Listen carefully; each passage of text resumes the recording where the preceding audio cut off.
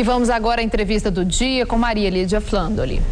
São grandes os questionamentos e muitas as críticas ao projeto de reforma do novo Código de Processo Civil que deve ser votado nesse mês na Câmara Federal. E nós recebemos hoje o advogado Antônio Cláudio da Costa Machado, que é professor de Teoria Geral do Processo e Direito Processual Civil da Faculdade de Direito da Universidade de São Paulo. E ele vai nos falar sobre os temores de juristas nessa reforma. Professor, muito obrigada por estar conosco. E eu observo que o senhor é um duro crítico dessa reforma.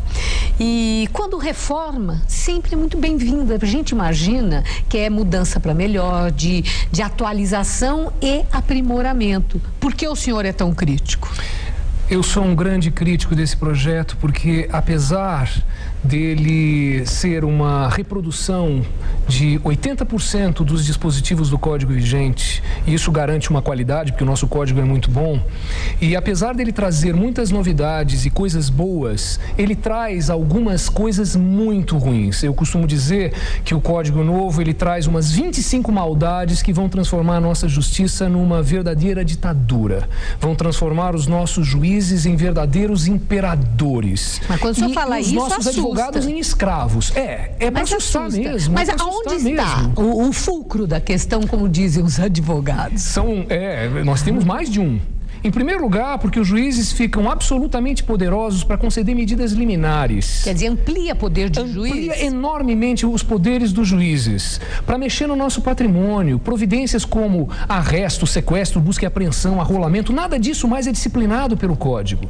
E todas essas disciplinas significam uma limitação ao poder do juiz. Há condicionamentos para que o juiz possa conceder essas providências que não existirão mais no projeto. Os juízes vão ser livres para conceder medidas de agressão contra os nossos patrimônios com uma facilidade enorme. Essa é a primeira razão. A segunda é que os juízes poderão antecipar o resultado do processo com uma facilidade enorme.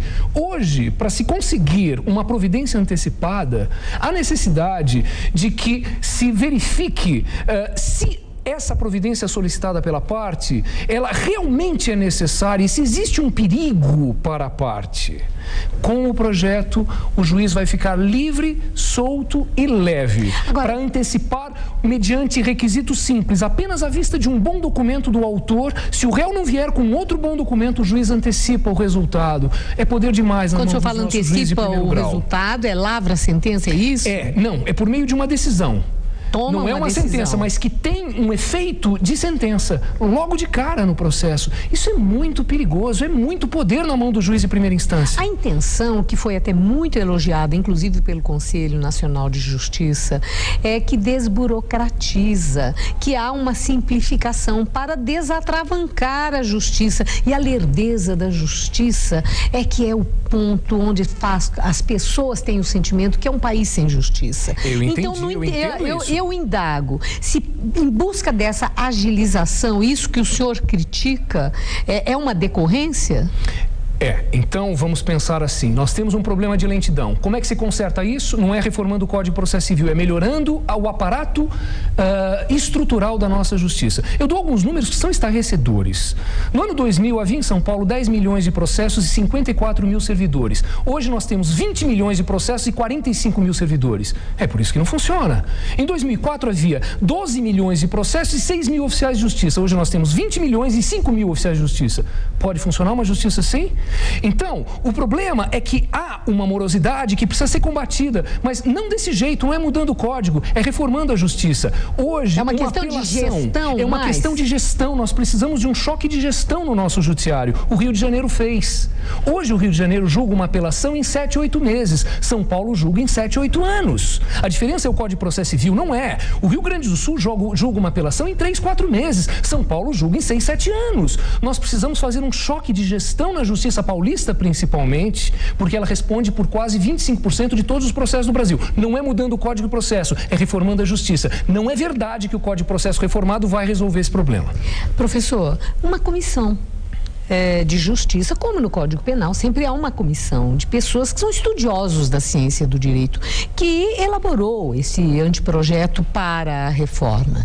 No seu entender, ou a falta de competência de quem participou dessa comissão para resultar o que é objeto das suas críticas, ou não houve um amplo debate com demais juristas, com outros estudiosos do direito no país? Não falta competência, não. É uma questão de como se enxerga o processo e como se enxerga o problema. Essa comissão entende, eles acham, eu acho que com toda a honestidade, de que o jeito de resolver o problema da justiça brasileira é concentrar poderes nas mãos dos juízes, para dar medidas liminares, para dar medidas antecipatórias e para comandar as provas. Segundo esse projeto, não cabe recurso de nenhuma decisão probatória. Se o juiz indeferir uma perícia, se ele não quiser ouvir uma testemunha, se ele indeferir a juntada de um documento, a exibição de uma coisa no processo, se ele indeferir uma pergunta, não cabe recurso de nada. Esse processo é profundamente autoritário.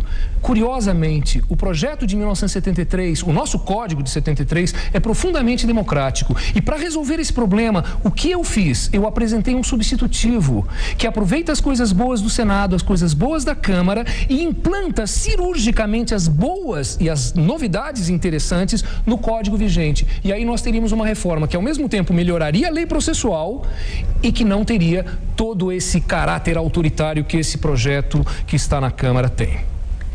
E há condição de um reparo antes dessa votação? O senhor acredita que a alternativa apresentada e as emendas que também estão sendo apresentadas, que pode haver uma melhora e o senhor fique menos preocupado?